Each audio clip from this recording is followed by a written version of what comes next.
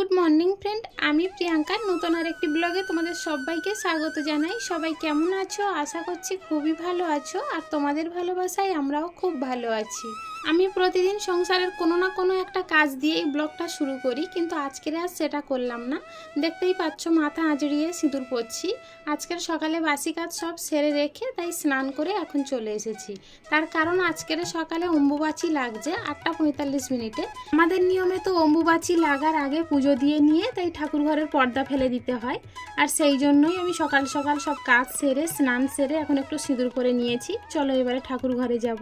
আর একটা বিষয় নিয়ে আমি তো খুব আনন্দ পাচ্ছি। তার কারণ কি বলো তো, এই যে কদিন অম্বুবাচী লেগে থাকবে কেউ কারোর গাছের ফুল আর চুরি করতে পারবে না। ফুল কিন্তু গাছেতে ওই রকম থাকবে আর শুকিয়ে পড়ে যাবে।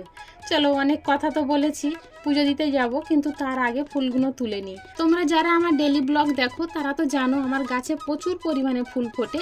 আমি তো নিয়ে যা থাকে আরও 3টে বাড়ির পুজো হয়ে যায়। তো আজকেরও ফুল ফুটেছে সেই রকম, সকাল থেকে অনেকেই নিয়ে গিয়েছে। আমি কিন্তু লাস্ট টাইমে এই ফুল তুলে পুজো দিতে যাচ্ছি। তাও আমি কতটা ফুল তুলেছি তোমরা দেখো। আসলে কি বলো তো, সব ফুল তো সব ঠাকুরের দেওয়া যায় না, তাই জন্য বেশি ফুল তুলি না। আমার যতটুখানি লাগে ততটুখানি আমি তুলি, আর সব ফুল গাছে থেকে যায়। যার যখন সময় হয় সে তখন এসে তুলে নিয়ে যায়। আর আমার একটা জিনিস খুবই ভালো লাগে, যে একটা ফুল গাছ থাকলে 10 জনার তো উপকার হচ্ছে। আমার তো খুবই আনন্দ লাগে এইটা। সবাই কত সুন্দর এসে ফুল তুলে নিয়ে তাদের ঠাকুরের চরণে দিচ্ছে। তবে যাই হোক, এদিকে তোমাদের সাথে গল্প করতে করতে ফুল তুলে নিয়ে এসে ঠাকুর ঘরে আমার পুজো দেওয়া হয়ে গিয়েছে। আর এখন আমার ঠাকুর ঘরের কাজ হলো সিংহাসনের মুখটাতে পর্দা টাঙিয়ে দেওয়া। আর আমার গোপাল সোনা তো বাইরে থাকে তোমরা জানো, আর শিবলিঙ্গ ওই সিংহাসনের মধ্যে ছিল, সেটা নামিয়ে নিয়েছি। আর গুরু বাবার ফটোগুলো বাইরে বের করে নিয়েছি। তাহলে চলো এদিকের কাজ তো কমপ্লিট। তবে তোমাদেরকে একবার দেখিয়ে নিই গোপাল সোনা আর আমার শিবলিঙ্গ কোথায় থাকে।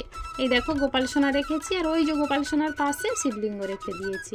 চলো ঠাকুর ঘরের এই থালা বাসনগুলো একবারে মেজে রেখে দিই, কিন্তু তার আগে এই জামা কাপড়গুলো একটু মেলে দিয়ে নিচ্ছি। এগুলো গতকালকের কাঁচা জামা কাপড়, মানে শুকায়নি, বারান্দার দড়িতে মেলে রেখেছিলাম। কিন্তু রৌদ্রে না দিলে না জামা কাপড়ে একটা গন্ধ ভাব থাকে, ওই জন্য একটু রৌদ্রে মেলে দিয়ে নিচ্ছি, একটু পরে আবার তুলে নেব। আর ঠাকুর ঘরের থালা বাসন যেগুলো বের করে এনেছিলাম সেইগুলো এখন মাজতে বসেছি।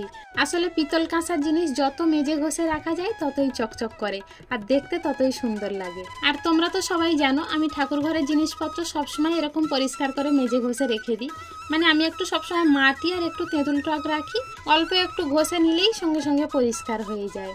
সকালে স্নান করেছিলাম, সেই জামা কাপড়গুলো ধুইনি, মানে সময় পাইনি। তো তাড়াতাড়ি করে ঠাকুর ঘরে যেতে হবে, সেখানে পুজো দিতে হবে, টাইম হয়ে যাচ্ছে। সেই জন্য ঠাকুর ঘরের থালা বাসনগুলো মেজে রাখার পরেই জামা কাপড়গুলো কেচে নিলাম।